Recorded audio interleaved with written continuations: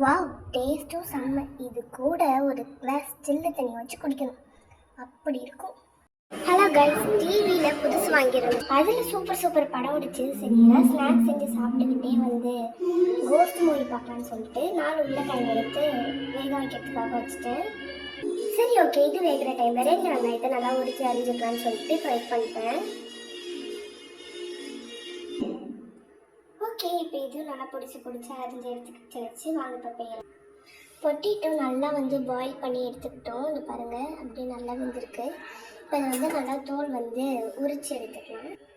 Okay, இந்தமாரி நான் தோல் எடுத்து வச்சுட்டேன். இதை கொஞ்சம் மசிச்சுக்கலாம். ஃபஸ்ட்டு இதில் 2ஆக கட் பண்ணிக்க போகிறேன். ஓகே, இந்தமாரி நான் 4 இதையும் 2ஆக கட் பண்ணிக்கிட்டேன். நீங்கள் கையிலன்னா இந்தமாரி மசிக்கிறத வச்சு நல்லா மசிச்சு எடுத்துக்கோங்க.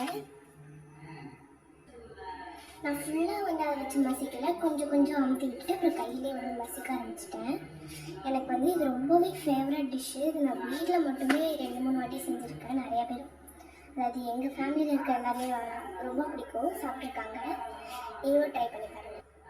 ஓகே, இந்த அளவு நான் நல்லா மசிச்சு அடிச்சுக்கிட்டேன். இப்போ இது கூட தேவையான அளவு நம்ம பொடிச்சு பெரிய வெங்காயம் சேர்த்துக்கலாம். குட்டி குட்டியாக நான் அரிஞ்சிருக்கேன். இப்போ இதை நல்லா பேஞ்சிக்கலாம். ஓகே, பேஞ்சாச்சு. இப்போ தேவையான அளவு நீங்கள் மசாலாலாம் ஆட் பண்ணிக்கலாம். எனக்கு ஃபஸ்ட்டு தேவையான அளவு நான் உப்பு ஆட் பண்ணிக்கிறேன். உப்பு ஆட் பண்ணிட்டேன். இப்போ நெக்ஸ்ட்டு கொஞ்சோண்டு மஞ்சள்தூள். நான் ஏற்கனவே மஞ்சள்தூள் போட்டு கழுவி அப்புறம் சேர்த்து தான் கொதிக்க வச்சுன்றதுனால கம்மியாக தான் ஆட் பண்ணுறேன். நீங்களும் கொஞ்சம் கம்மியாகவே ஆட் பண்ணிக்கோங்க. நெக்ஸ்ட்டு தேவையான அளவு கரம் மசாலா.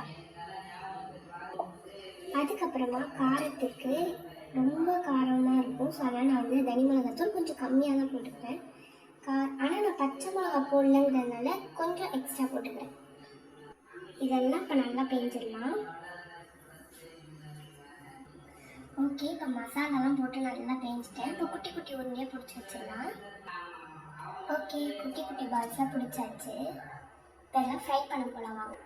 ஃப்ரை பண்ணுறதுக்கு பிரெட் கிராம்ஸ் வேணும் இல்லையா, ஸோ அதனால் ஃப்ரிட்ஜை ஓப்பன் பண்ணி கிடச்சிருச்சு ரஸ்க்கு.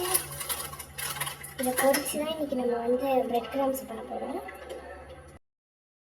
இப்போ பிரெட் கிராம்ஸ் பண்ண ஃபஸ்ட்டு மிக்ஸி எடுத்து வச்சுட்டு நெக்ஸ்ட்டு இந்த ரஸ்கை பிரிச்சுக்கலாம். இப்போ பிரிச்சுக்காச்சு. இதை குட்டி குட்டியாக அரைச்சி இந்த மிக்ஸிக்குள்ளே போட்டுக்கலாம். இந்தமாரி புட்டு போட்டுக்கிட்டேன். இப்போ அரைச்சி எடுத்துக்கலாமா? இப்போ இந்த பிரெட் கிராம்ஸ் அரைச்சி எடுத்தாச்சு. இப்போ ஒரு கப்பில் மைதா கரைச்சிக்கலாமா? இதுக்கு ஃபஸ்ட்டு ஒரு கப் எடுத்து வச்சுட்டு இப்போது மைதா போட்டுக்கலாம். தேவையான போட்டு தண்ணி ஊற்றி நல்லா கரைச்சிக்கலாம்.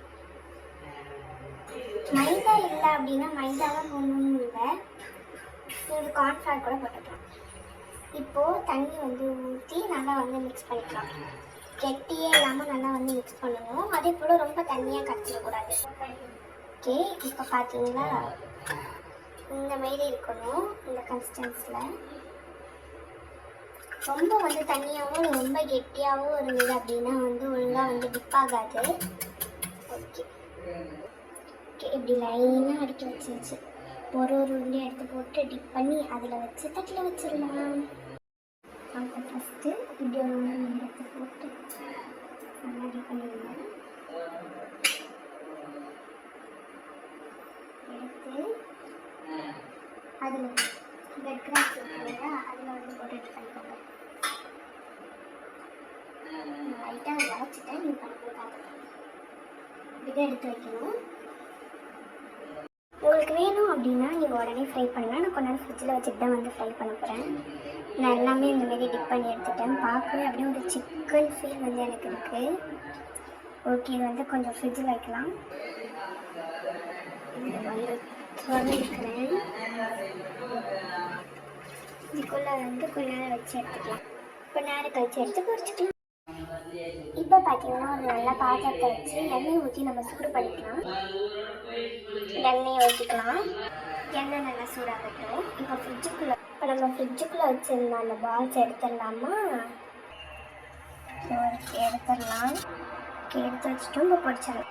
இப்போ ஒரு பிளேட்டில் வந்து பேப்பர் இல்லைன்னா வாழை வச்சுக்கோங்க. ஏன்னா ஆயிலாக இருக்கும் அப்படிங்கிறதுனால எண்ணெய் பொரிய ஆரம்பிச்சிருச்சு. ஒரு எண்ணெயை போடுறோம். நல்லா வந்து பொரிய ஆரம்பிச்சிருச்சு. நல்லா கலர்ஃபுல்லாக இருக்குது. நீங்கள் வந்து நல்லா பொரி இந்த பக்கம் இதெல்லாம் வந்து பொரிச்சிட்டேன். செம்ம கலரு. கொஞ்சம் பிளேட்டிங் பண்ணி சாப்பிட்றேன். செம்ம கலரு.